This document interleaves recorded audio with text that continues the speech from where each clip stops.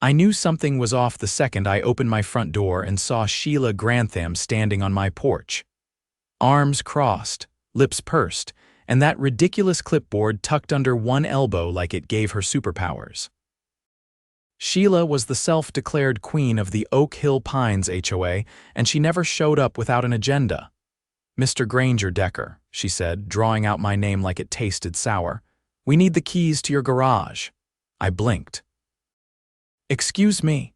The HOA board has voted unanimously," she said, tapping her clipboard with a cheap pink pen.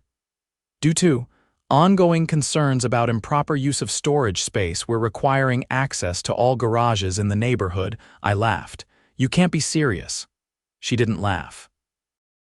"If you refuse, we'll consider it a violation of the community agreement and you'll face fines, daily." My gut told me something was off. I'd lived here for 6 years, paid my dues, mowed my lawn, didn't throw wild parties. The only time I used my garage was to store tools and work on my car, my quiet little project. "So why the sudden interest? You want to inspect my garage," I said slowly, stepping out onto the porch. "You could have just asked." "I am asking," she said, fake sweet now. "But we'll need the key by tomorrow at the latest." "Fine," I said. "Come by tomorrow morning, I'll open it for you." She looked surprised, like she didn't expect me to agree. That's when my suspicion really kicked in. I watched her walk off, heels clicking down the sidewalk like she'd just won something. What she didn't know was that I had just installed a full set of cameras inside and outside my garage the week before. Not because of her, because someone had been snooping around at night. I wanted proof.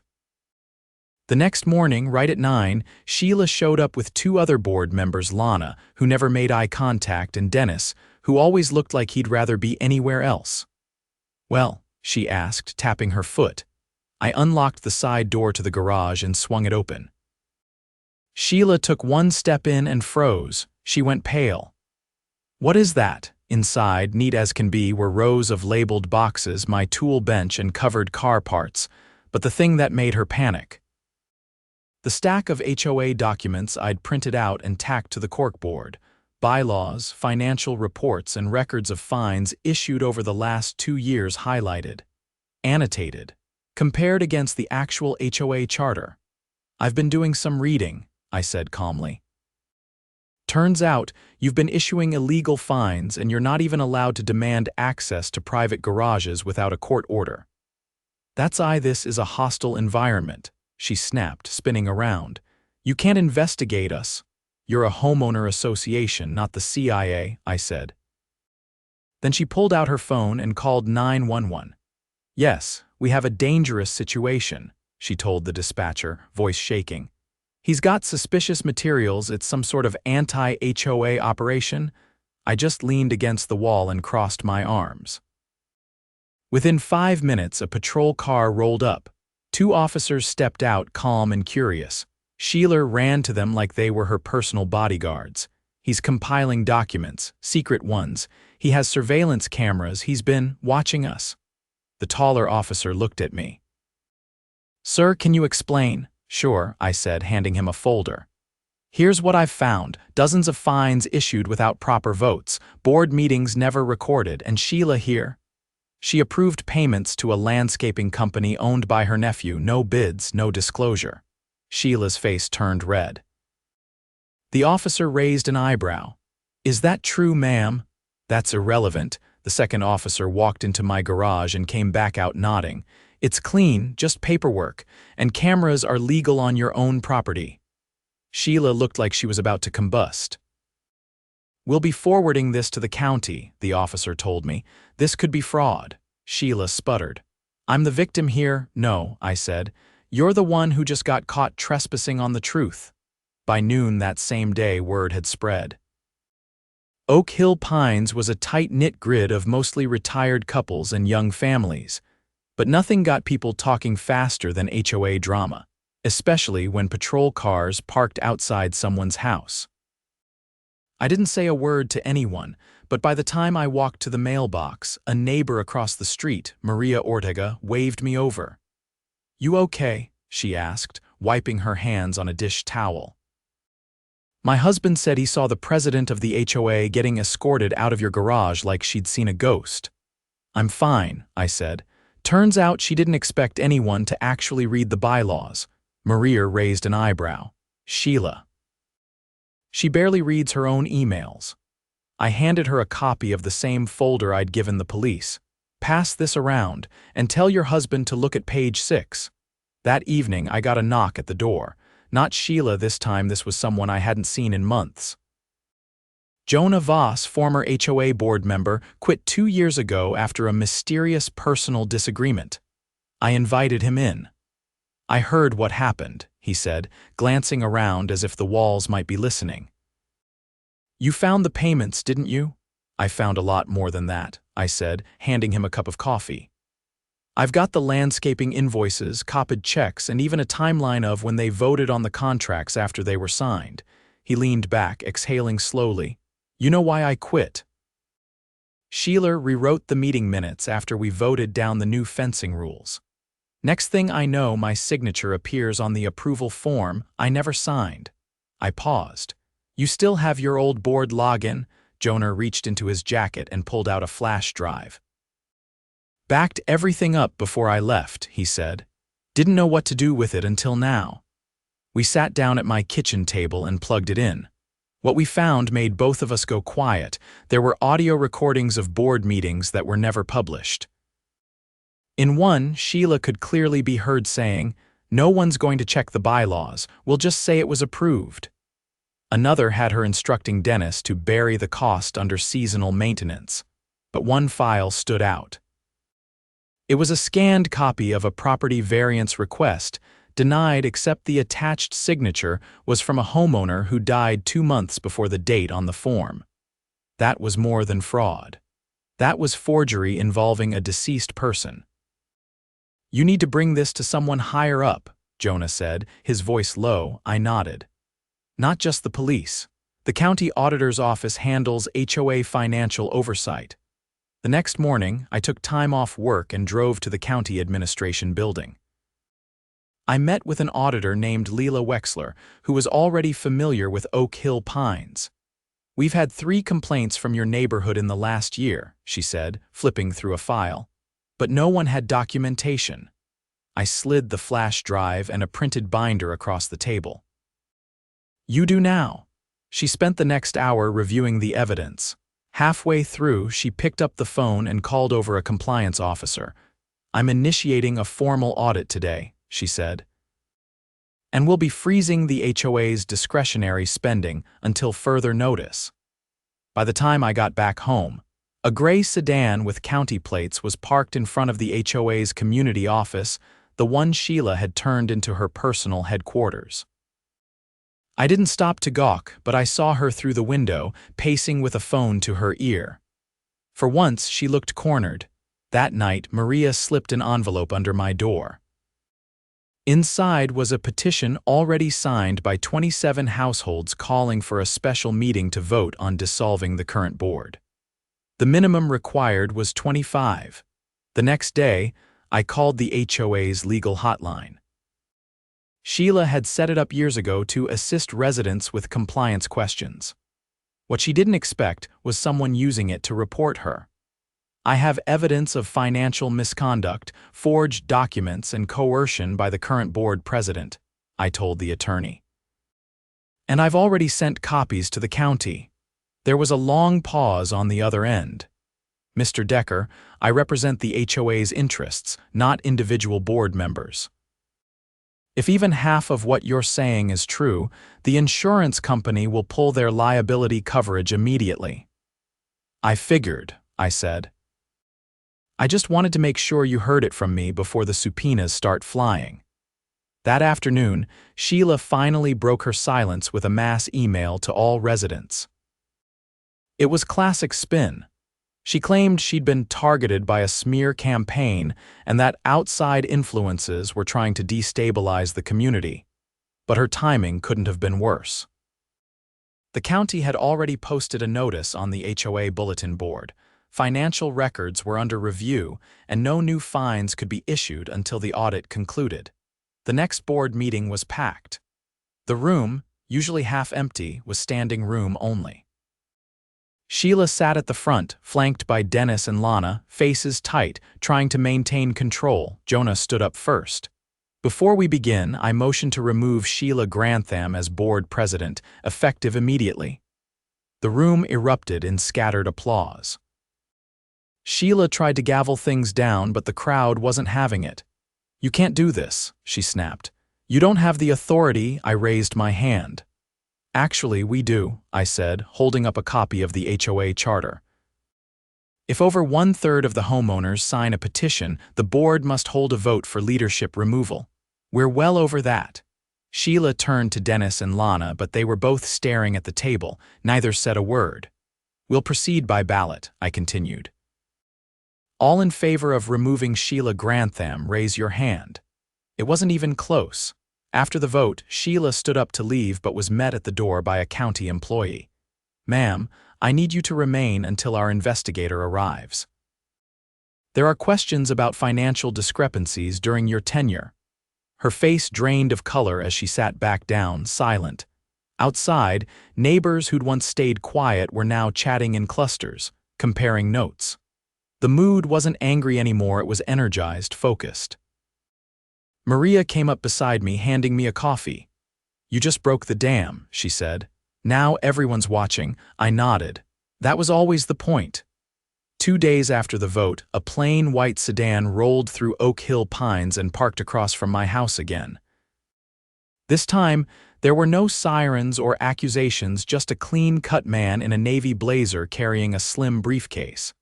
He knocked once, firm and polite. "Mr. Decker," he said when I opened the door. "I'm Special Investigator Rylan Cole with the District Attorney's Office. I'd like to talk to you about the documentation you submitted to the county auditor last week." I stepped aside and motioned to the dining room table, where everything was still spread out, color-coded folders, printed emails, audio transcripts, and the flash drive Jonah had given me. Cole didn't waste time with small talk. He slipped on a pair of gloves, opened his briefcase, and began laying out evidence bags. "We've been looking into fraudulent HOA activity across the county," he said. "But this is the first time we've received a full paper trail tied to forged signatures and embezzled funds. You may have just cracked open something bigger than Oak Hill Pines." I leaned forward. "How much bigger?" "Several neighborhoods," he replied. "Same landscaping company, same inflated invoices. Different HOAs, but the same family name on the checks. You said the company was owned by Sheila Grantham's nephew?" I nodded. "We confirmed that. What you may not know," he continued, "is that the nephew Todd filed for bankruptcy last year. 2 months later, the HOA here increased its landscaping budget by 80% with no competitive bids. That's laundering disguised as maintenance." I sat back slowly. "So they were funneling HOA money into a failing company?" "Exactly," Cole said, "and they weren't subtle about it. I've already pulled the bank records. What I need now are affidavits from homeowners detailing the sudden fee increases, unexplained fines, and denials of records requests. Will you testify if it goes to trial?" "You won't have to ask twice," I said. That afternoon, I met with Maria and Jonah in the Ortega's backyard, where half a dozen neighbors had already gathered. We laid everything out: the DA's interest, the scope of the fraud, and the need for witness statements. No one hesitated. People were angry, not just because of the money, but because they'd been lied to for years in their own homes. By evening, we had over 30 notarized affidavits, each one describing a unique instance of overreach or manipulation by the HOA board. Some were petty, like denying fence repairs until a compliance donation was paid, but others were serious. One elderly couple had been threatened with foreclosure over a fabricated lien. They'd paid it, afraid of losing their home. Cole returned the next morning with a second investigator, a woman named Pierce, who took statements and sealed evidence envelopes with practiced speed. By the time they left, they had enough to justify a search warrant. The following Wednesday, just after lunch, unmarked vehicles rolled into the neighborhood. Officers in plain jackets stepped out with clipboards and warrants. They headed straight for the HOA's office, which was quiet. Sheila hadn't been seen in 2 days. Dennis and Lana were both home, though, and each received a visit. I didn't watch. I was in my garage, tightening the bolts on a suspension arm when I heard someone clear their throat behind me. I turned to see Dennis, pale and sweating, standing just inside the open door. "Granger," he said, avoiding eye contact.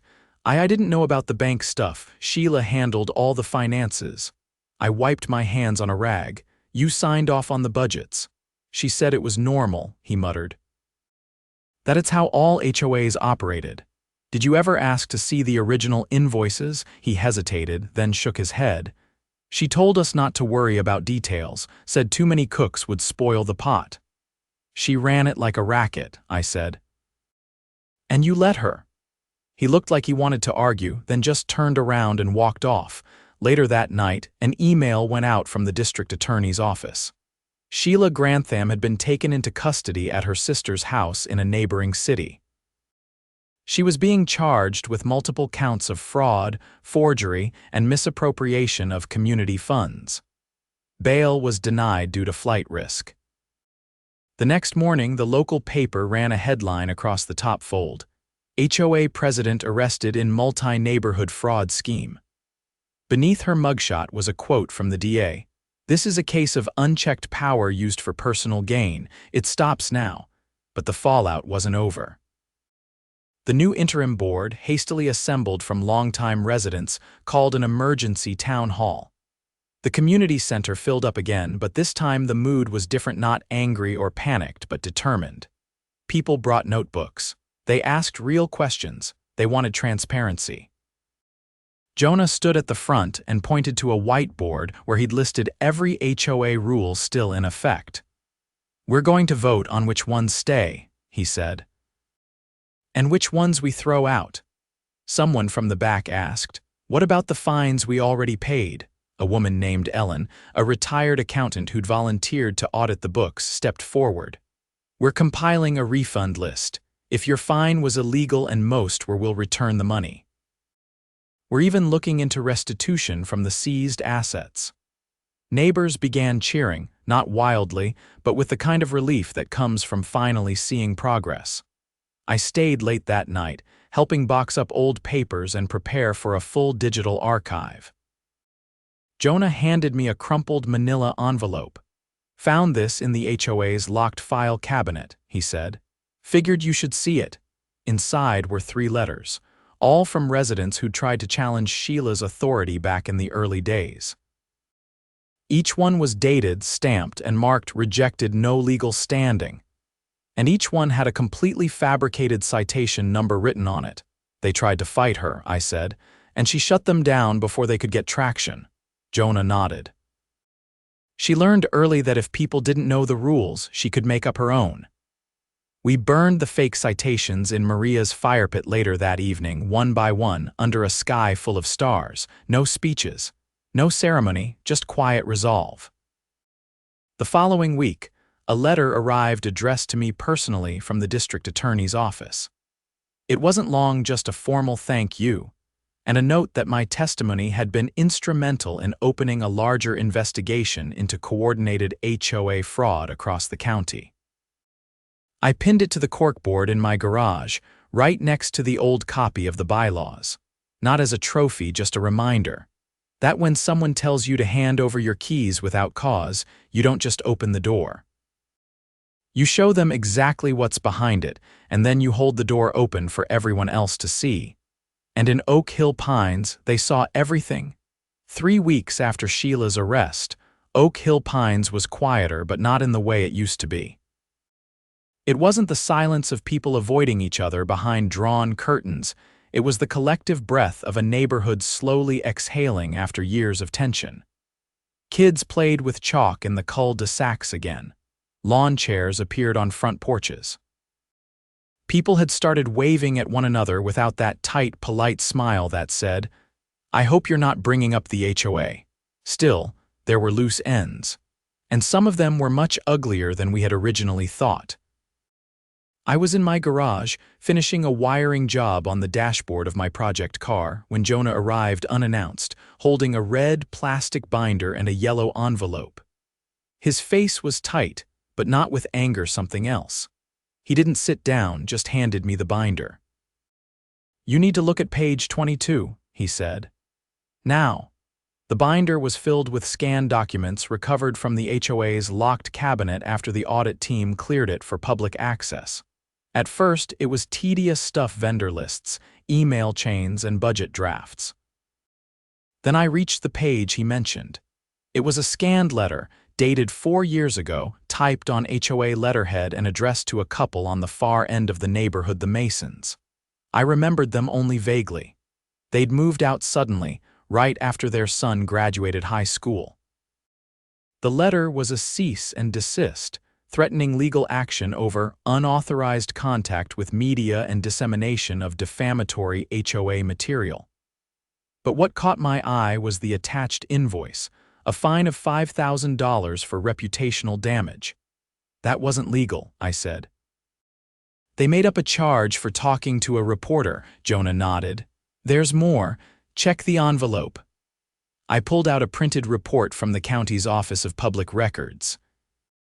It showed a complaint filed by the Masons 6 months before they moved, alleging that HOA board members had falsified maintenance records to increase dues. The report had been labeled unsubstantiated and closed within 2 weeks. "Let me guess," I said. "Sheila had a family friend in the records office, her cousin, and he was fired last week," Jonah replied. "They're reopening the case." But here's the kicker. The Masons weren't the only ones. He handed me a second file, 5 more names, all former residents, all with similar complaints on record. Each one had been hit with bizarre fines, ranging from non-compliant feedback to undermining community confidence. None of those phrases existed in the HOA charter. "Where are these people now?" I asked, scattered, but I tracked down one Monica Patel. She lives 3 towns over. "She's willing to talk." The next day, I drove out to meet Monica. She lived in a modest townhouse with a tiny garden that she clearly loved. When she opened the door, her eyes flicked instantly to the folder in my hand. "You're from Oak Hill Pines," she said. I was wondering when someone would come. We sat on her back patio. She poured tea, but it went untouched. "They made our lives hell," she said flatly. "I served on the board for 6 months. The minute I asked to see the landscaping contracts, Sheila claimed I was sewing division and had me voted out. Then the fines started: trash can placement, grass height, pet leash violations. We didn't even own a pet. "Why didn't you sue?" We tried. But the HOA's insurance covered their legal fees. Ours didn't. We ran out of money. I nodded slowly. "Would you be willing to testify if this became part of a criminal case?" She looked at me for a long moment. "If it means that woman never gets to run anything again." "Yes." I spent the next week contacting the other displaced families. 4 of them agreed to speak with the district attorney. 1 declined. He was still too rattled by the experience and had moved across the state. But the rest gave statements. The DA's office now had a pattern: illegal intimidation, fake fines, and documented retaliation against whistleblowers. One morning, Investigator Cole called me from a courthouse line. "We traced the payment system," he said. Sheila had a private account listed under a shell company, Pine Hill Property Services. We found over $90,000 in unexplained transfers. "That's theft," I said. "It's worse." That account was used to pay off private contractors hired for security consulting, which turns out to be a group of plainclothes watches. Sheila used HOA money to pay people to monitor residents who complained. My stomach turned. She was running surveillance. "Selective harassment," Cole said. "We've got enough to file a racketeering charge." The arrest of Sheila's nephew Todd came 2 days later. He was picked up in another county, working under a different business name.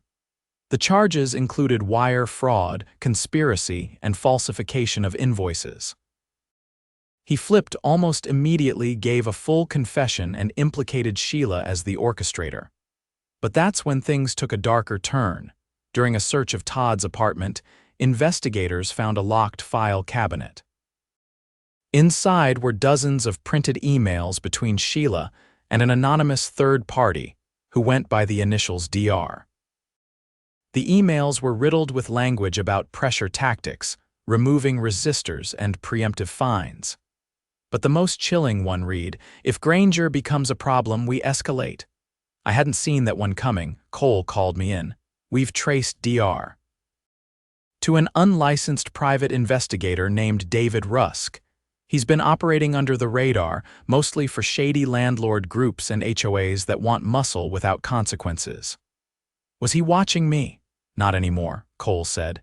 "He's in custody. But he had files, photos of your house, your car, even your mail." I sat back, processing. "So she really was building a case against me, or a threat," Cole said.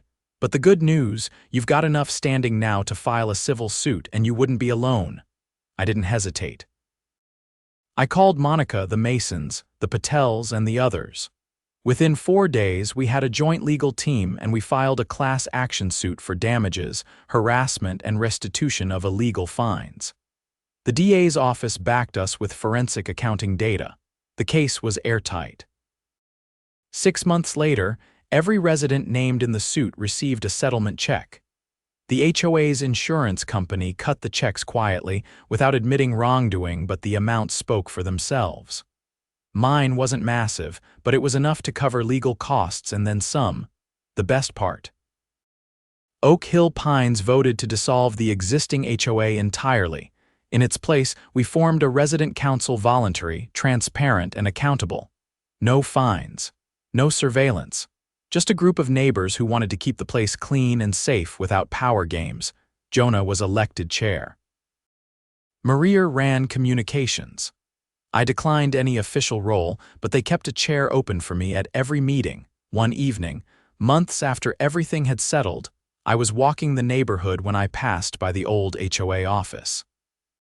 The building had been stripped, cleared out, and was now being converted into a community library. Kids had painted murals on the window boards. I paused at the door, seeing my own reflection in the glass. Behind me, a voice called out. It was Ellen, the accountant.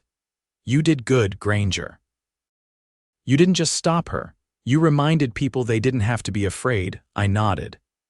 "That was the whole point," she smiled. "You ever consider running for city council?" I laughed. "After all this, I think I've had enough politics for a lifetime," but I paused before walking away. Because deep down, I knew something had changed, not just in Oak Hill Pines, but in me. I had started out just wanting to protect my garage, but when they tried to scare me into silence, they woke up something stronger, and in the end, it wasn't just about my keys.